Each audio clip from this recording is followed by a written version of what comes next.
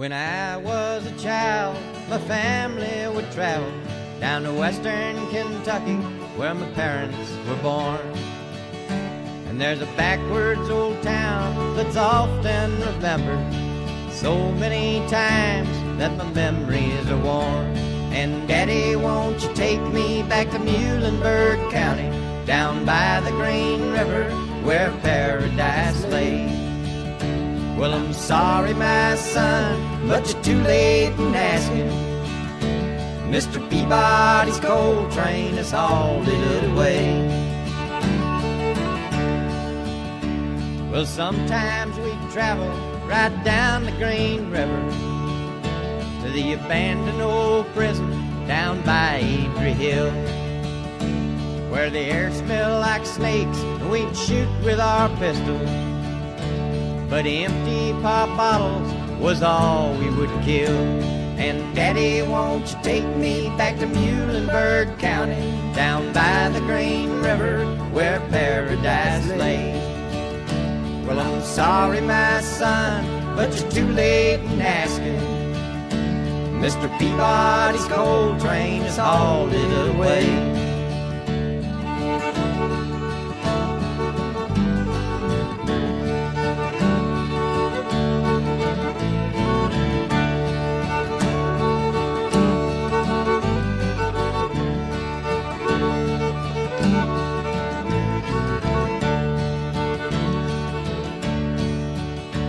Then the coal company came with the world's largest shovel, and they tortured the timber and stripped all the land.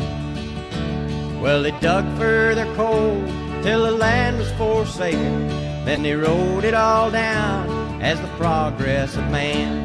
And Daddy, won't you take me back to Muhlenberg County, down by the Green River, where paradise lay?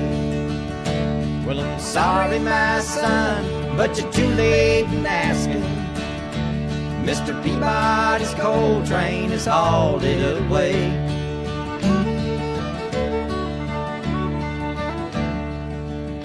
When I die, let my ashes float down the Green River.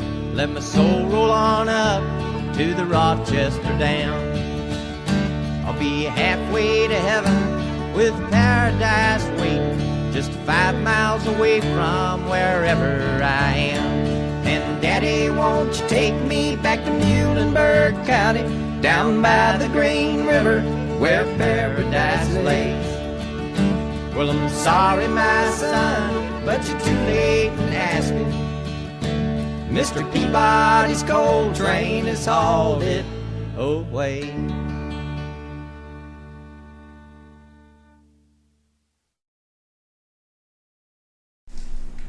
Yep. Good to go. We're good. Is it green light? I see a red light. It's down Yeah, here red now. light. Is that where I can't see it? Okay. It all kind of starts with a question. Start over. What's the end of the poem? Oh, wait. It's lonely out there. Crap. What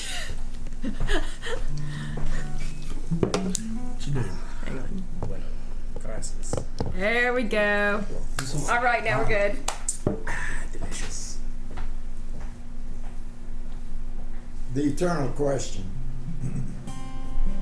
It's lonely out there. How many of you are lonely out there, wanting to touch, wanting to care, looking for someone with feelings to share, looking for someone to breathe the same air? The odor of roses, the scent of perfume, the heady aroma of lovers in bloom, the music of magic of lovers in tune, reaching for sunbeams and a dance with the moon.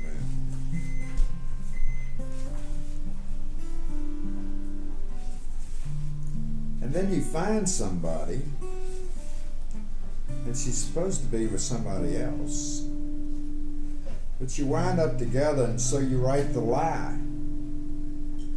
There's a lie that's slyly hiding on this narrow rail you're riding, and it's sitting there abiding, or you're slipping and you're sliding. And it's moving neath your nimble lies, and snuggling neath your frightened eyes, and thriving on your murmured sighs while snuggling in the day's disguise. But it makes you all the more for real for all the precious time you steal. More than just a handspan's worth, and all the baubles of the earth cannot erase a single birth of that which first had time to form, to do the work and fill the warm that grew to heat, and then to fire when first our eyes sought to conspire. In passing over other faces, finding them but vacant spaces, with smiling eyes and eyeing smiles, we made the handful grow for miles. And knowing just how deep the well, we took the plunge, said, what the hell? You turn the wheel but once, and then it's another's turn to make the spin. So jump the lie that hides behind the smile of every decent soul, who'd rather be so right and cold than shoot the works and grow a soul and give it to someone to hold. For who's the wiser in the trying, those whose living is a dying, or those who make their life worth trying for? Find a love that's yet unknown, the final soul it seeks to own, and in the owning and the living returns the soul in what it's giving. For life's in giving, life's in sharing, in the touches of the caring, in the moments when entwined, when reaching, grasping for the mind we lost, when at our final thrust we found the soul we knew we must. And there's always a third party somewhere around here. But newfound lovers don't really have time for that. You say that she's your lady, that I'm standing on your ground without a right and wrong to be around. I read your reasons in a book and they really are quite sound, but you're not the only writer in this or any town. And sometimes things misplaced or by other writers found. You say she's a fallen woman, but that's hypocrisy when you know little of her and nothing at all of me. It was a chance occurrence, a meeting of the eyes that grew into the kind of love you'll never realize. A fallen woman to your mind is anyone who doesn't mind their souls to patterns you would set, like fishes captured in your net. Love is letting go with trust to live the way we know we must. And rising angels must have air and room to climb a special stair. Your fallen woman matters to me much too much. It's really just your pride that's touched. You played the game, paid the cost of never knowing what you lost when you tried to sit astride a spirit much too strong to ride. Don't think that you're the only one to be eclipsed by another sun.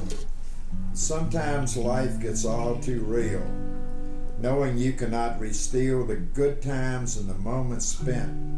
Add them up and then repent. As newfound lovers build short-term schemes, create new illusions and dream new dreams. And changes aren't just physical, and going home is mythical. And unicorns still can't be found. Goodbye makes a lonely sound. You cannot ride the unicorn, you can't avoid the rose's thorn when plunging in to pluck a bloom, because newfound lovers have no room. No time for thought or making plans, there's time for only touching hands, for kissing lips, for smiling cries, new ecstasies to realize. And quicksilver scatters at the touch of those who want it much too much. Good point, I like that. I like that too.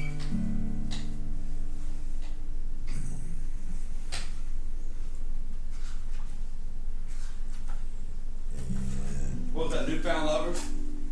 Yeah. How many poems do you have, you think, altogether? Thousands. Hey, Thousands. hey, T, give me a paper towel, please. Yeah. I can put my drink on here. Thousands. Thousands?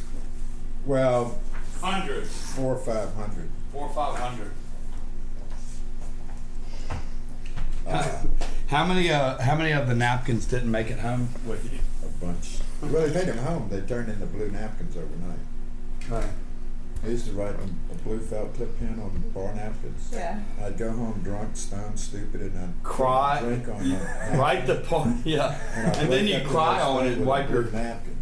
And then they can't figure out what the hell you wrote. And then you'd have to wipe your tears off on your napkin from the poems that you wrote.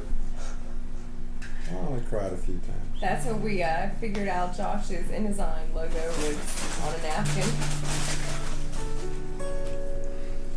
But in the romance, Listen to this poem.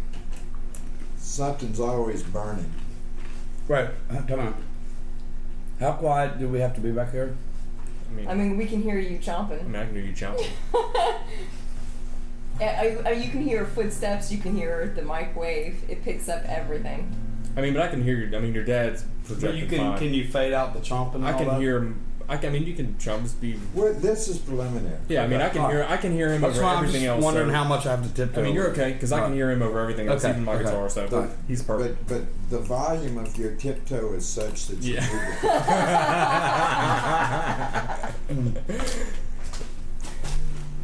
Something's always burning. Something's burning, and it's yearning to get free, to find itself inside the wealth of love I have for thee. Something's bleeding and it's needing someone soft against the wound, because it's dark in the night when the blood's burning bright, and you're scared by the man in the moon. When eyes can say what can't be said, when tender touches in your bed, emotions running through your head, and love's the feeling that makes it right, and warms long moments in the night, when bodies pressed together tight can let their inner selves take flight and dream their dreams into the night.